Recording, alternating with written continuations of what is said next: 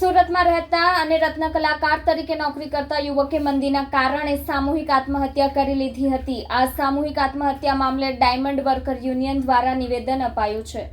કાલની ઘટનાથી સરકારે જાગવું જોઈએ। સામૂહિક આત્મહત્યા એ સરકાર માટે શરમજનક બાબત કહી શકાય છે। હીરા ઉદ્યોગમાં રત્ન કલાકારો માટે આર્થિક મદદ કરવા જે મુખ્યમંત્રીશ્રીએ કમિટીની રચના કરી ત્યાર પછી 9 કરતાં વધારે રત્ન કલાકારો આત્મહત્યા કરી લીધી છે। સરકાર શું આત્મહત્યાના બનાવો આર્થિક તંગીને મુખ્ય પ્રેક્ષક બની જોવામાં રસ છે? રત્ન કલાકારોનો અત્યાર સુધી મતરૂપી ઉપયોગ કરવામાં આવ્યો છે। રત્ન કલાકારોને જરૂર છે ત્યારે રત્ન કલાકારોની વહારે સરકાર આવતી નથી। નમસ્કાર મિત્રો, હું છું Bhavesh Tak, diamond worker union vice president. ગઈકાલે જે કામરેજની અંદર જે દુઃખદ ઘટના બની છે, દુઃખદ ઘટનાની અંદર એક જ પરિવારના 3 લોકોએ જે સુસાઇડ કર્યું છે અને પ્રથમ દ્રષ્ટિએ અમને માલુમ પડે છે કે આ આર્થિક તંગી અને આર્થિક સંકળામણના કારણે આત્મહત્યા કરી છે। આ સાથે ગુજરાતના મુખ્યમંત્રી સાહેબને હું કહેવા માંગુ છું કે સાહેબ, આ સામૂહિક આપઘાતના બનાવો બને છે। હીરા ઉદ્યોગમાં કારીગરો આપઘાત કરી રહ્યા છે। ઈ વગરના 2 કારીગરોએ કાલની તારીખમાં સુસાઇડ કર્યા છે।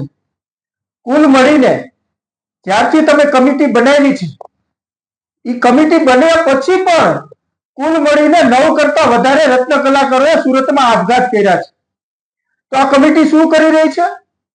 રત્ન કલાકારોને માત્ર ને માત્ર વોટનો ઉપયોગ કરી અને તમારી સત્તા ભોગવી રહ્યા છો। રત્ન કલાકારની વેદનાઓને સરકાર સમજે અને પોલીસ તંત્રને પણ કહેવા માંગુ છું કે જે આપઘાતના બનાવો બને છે એનું સાચું કારણ બહાર આવે અને સરકારને માલુમ થાય કે આ ભયંકર મંદીની અંદર રત્ન કલાકારો જે પીસાઈ રહ્યા છે, ભયંકર મંદીની અંદર જે રત્ન કલાકારો 1.5 વર્ષની અંદર 70 કરતા વધારે રત્ન કલાકારોએ જે આત્મહત્યા કરી છે, એ આત્મહત્યાના કારણો તટસ્થ રૂપે બહાર આવવા જોઈએ અને એ બહાર આવે પછી સરકારને પણ એનું સંજ્ઞાન લેવું જોઈએ અને જે આ કમિટી બનાવી છે તાત્કાલિક રત્ન કલાકારોને મદદ કરવામાં આવે અને તાત્કાલિક રત્ન કલાકારોને મદદ કરી આ આપઘાતના બનાવો જે બને છે એને રોકવામાં આવે એવી સરકારની અપેક્ષા રાખું છું।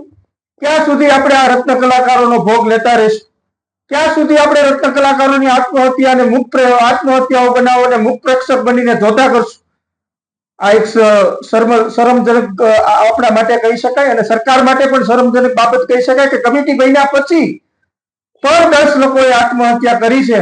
તો આ બાબતે સરકારે જાગવું જોઈએ અને માલિકોએ પણ જાગવું જોઈએ કે રત્ન કલાકારોની દરકાર લેવા આગળ આવે અને રત્ન કલાકારોની મદદ કરવા માટે આગળ આવે।